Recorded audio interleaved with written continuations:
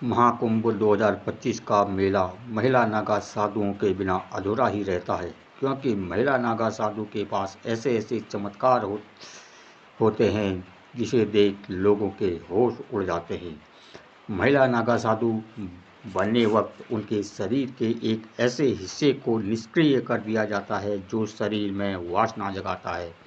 पर यह प्रक्रिया सुनकर आपके रोंगटे खड़े हो जाएंगे।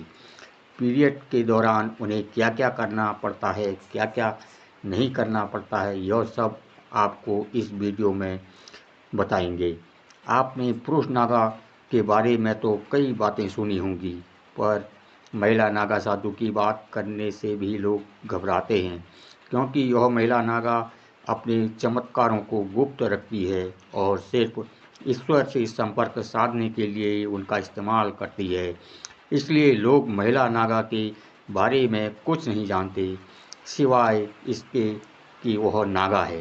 पर आज हम इस वीडियो में आपको ऐसी बातें बताने वाले हैं जिसे सुनकर आपके होश उड़ जाएंगे, जिसमें महिला को नागा साधु बनने वक्त उसके शरीर के ऐसे हिस्से को निष्क्रिय कर दिया जाता है जो शरीर में वासना जगाता है। पर यह प्रक्रिया सुनकर आपके रोंगटे खड़े हो जाएंगे।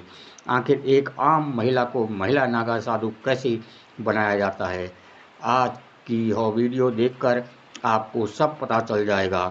पर उसमें से पहले अगर आप भी भगवान को मानते हैं तो वीडियो को लाइक करके कमेंट बॉक्स में हर हर महादेव जरूर लिखिए। आइए आगे बढ़ते हैं। महिला नागा साधु कौन होती है, होती भी हैं या सिर्फ किताबों और कहानियों में ही मिलती हैं? क्या सिर्फ पुरुष ही नागा साधु बन सकते हैं? देखिए, इसका जवाब तो मैं आपको अभी बता देता हूँ कि महिला नागा साधु होती हैं। अब आपके मन में सवाल उठ रहे होंगे कि क्या महिला नागा साधु भी पुरुष की तरह बिना कपड़े के हर पल रहती हैं? पर नागा साधु बनने के लिए महिलाओं को अपने जिस्म का कौन सा हिस्सा त्यागना पड़ता है? वे लंबे लंबे बाल, बभूत से लिपटा नंगा बदन, हर पल नशे में डूबी रहना, क्या यही पहचान है एक महिला नागा साधु की? कैसी है इसकी रहस्यमयी दुनिया? सभी जानते हैं नागा साधु वो होते हैं जिनके काफ़ी बड़े बड़े बाल होते हैं और वह निर्वस्त्र यानी बिना कपड़े के रहते हैं और उनके शरीर पर हर तरफ भस्म लगी रहती है। लेकिन नागा साधु के बारे में इतने सारे फैक्ट हैं जिनके बारे में बहुत कम लोग जानते हैं। सबसे पहले आपको बताते हैं नागा साधु और साधुओं से अलग कैसे होते हैं। नागा साधु कई या मायने में दूसरे साधुओं से अलग होते हैं। सामान्य साधु आपको कहीं भी दिख जाते हैं और उनका रहन सहन का तरीका भी नागा साधुओं से काफ़ी अलग होता है। नागा साधु हर तरीके से इस दुनिया से दूर रहकर तपस्या करते हैं और अलग ही लाइफ जीते हैं। कोई भी बेहद कठिन परीक्षा और लंबे प्रोसेस के बाद नागा साधु बनता है। नागा साधु बनने की प्रक्रिया भी बहुत दिलचस्प है। नागा साधु बनने के लिए एक पूरी प्रोसेस होती है और इसमें कई लेवल पार करने पड़ते हैं नागा साधु बनने के लिए। यह प्रक्रिया कई सालों तक चलती है और उसके बाद किसी अखाड़े द्वारा उन्हें नागा साधु माना जाता है। इन लेवल को तहकीकात, महापुरुष, अवधूत लिंग, भंग या टांग तोड़ नाम दिया जाता है।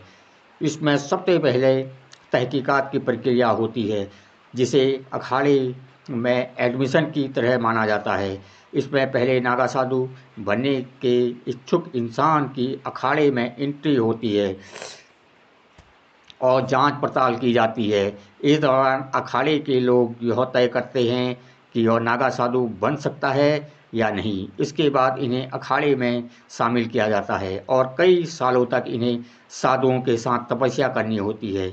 कई साल तक तपस्या करने के बाद जब वह नागा साधु बनने के लिए तैयार होते हैं तो उसके बाद उनकी कई स्तर से परीक्षा होती है। इस दौरान उनके तप त्याग की जांच की जाती है। पहले की प्रक्रिया ब्रह्मचर्य होती है। इसके बाद उन्हें महापुरुष बनाया जाता है।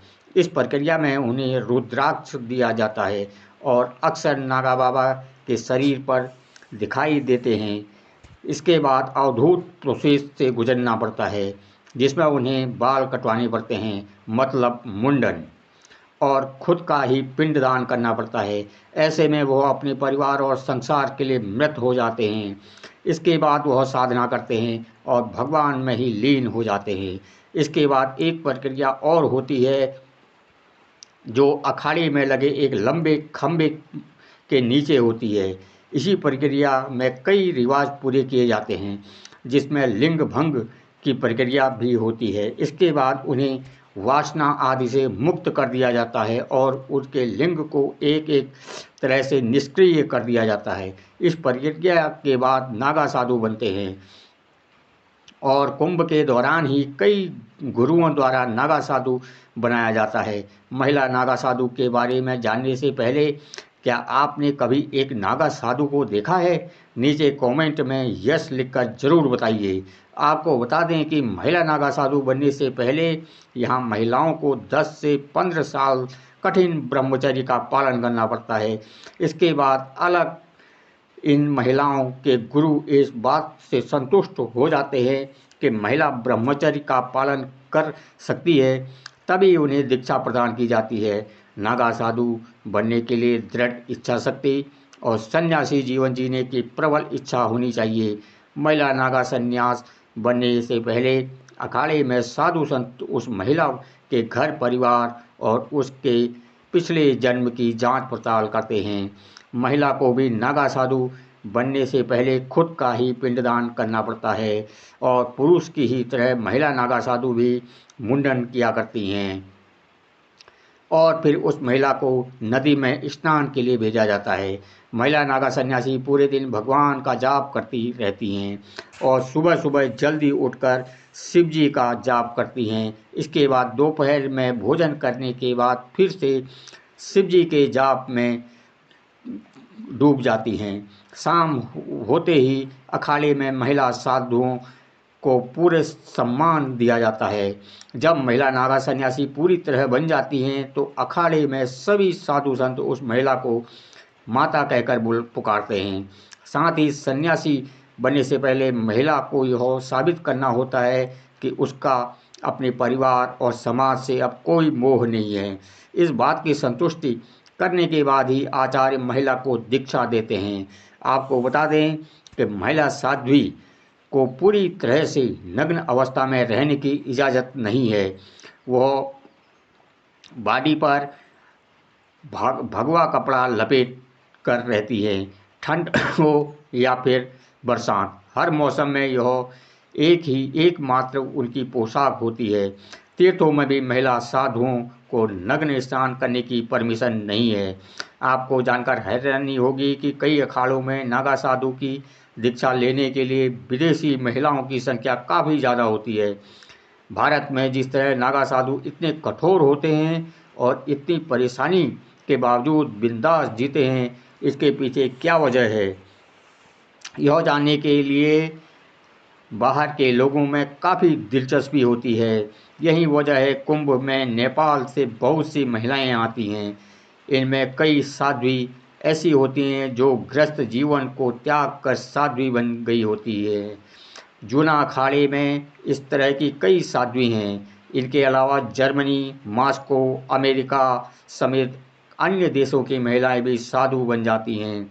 इसमें तो कई ऐसी भी हैं जो बिल्कुल नग्न हैं, जो पढ़ी लिखी हैं और सच कहूँ तो इन्हें हरि भजन के अलावा अन्य कोई भी मतलब नहीं। यह तभी साध्वी अखाड़ा के नियमों के मुताबिक ही पहनावा और तिलक का सबका श्रृंगार करती हैं। दोस्तों, अब मैं आपको बताने जा रहा हूँ वो काफ़ी हैरान कर देने वाला है।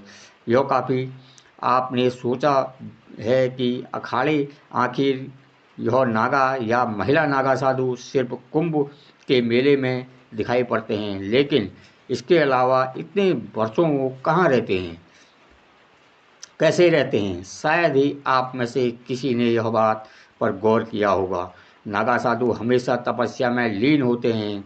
वह साधना के लिए अखाड़े को छोड़ देते हैं और कंदराओं में चले जाते हैं। कंदरा का मतलब होता है पर्वतों में मौजूद सुरंग, जिसमें भी कई तरह के नागा साधु होते हैं और जगह के नाम पर उनके नाम होते हैं। जैसे पर्वतों में रहने वालों का नाम नागा साधुओं को पर्वतागिरी, नगर में रहने वाले साधुओं को, पूरे जंगल में रहने वाले साधुओं को अनन्य कहा जाता है। यह अलग अलग जगहों पर रहते हैं। माना जाता है कि कुंभ से पहले और कुंभ के बाद नागा सन्यासी हिमालय के अन्य पहाड़ों और जंगलों की गुफाओं में बैठकर तपस्या में लीन हो जाते हैं। यह आमतौर पर एक गुफा में कुछ साल रहते हैं और फिर दूसरी गुफा में चले जाते हैं। किसी को मालूम नहीं होता है कि वह इन दिनों कहाँ हैं और क्या कर रहे होंगे। कई बार बहुत से नागा बाबा इस दिन सन्यासी वस्त्र भी धारण कर अलग अलग जगहों पर घूमने लगते हैं। वहीं कुछ निर्वस्त्र बाबा गुप्त जगहों पर जाकर तपस्या करने लगते हैं। इस दौरान वह जड़ी बूटी और कंदमूल पौधों के साथ जंगलों और पहाड़ों पर होने वाले खाने की चीज़ों से अपना पेट भरते हैं। वह घूमते भी रहते हैं, लेकिन यह सब इतने सीक्रेट तरीके से होता है कि किसी को पता नहीं चलता। कुछ नागा साधु झुंड में निकलते हैं तो कुछ अकेले ही यात्रा करते हैं। कई बार यह जिस तरह गुफाएं में बैठते हैं, कई दिनों तक भूखे प्यासे भी बैठे रह जाते हैं। अब आप सोच रहे होंगे कि जब यह नागा साधु अपनी पहचान छुपाकर इधर उधर भ्रमण करते हैं तो फिर यह करिश्माई तरीके से कुंभ में कैसे नजर आते हैं? कौन देता है उन्हें इस बात की जानकारी? दोस्तों, यही तो राज है। दरअसल हर अखाड़े में एक कोतवाल होता है जो दीक्षा पूरी होने के बाद नागा साधु अखाड़ा छोड़ साधना करने जंगल या पहाड़ों में चले जाते हैं। तो यह कोतवाल नगर साधुओं और अखाड़ा के बीच की कड़ी का काम करता है। जब कभी कुंभ और अर्ध कुंभ जैसे महापर्व होते हैं तो यह नागा साधु कोतवाल की सूचना पर वह रहस्यमय तरीके से पहुंच जाते हैं। हालांकि यह किसी को नहीं मालूम कि उन्हें कैसे यह सूचना मिलती है कि कुंभ कहाँ हो रहा है और कब हो रहा है, लेकिन वह यह जहाँ कहीं भी होते हैं वो आ जाते हैं।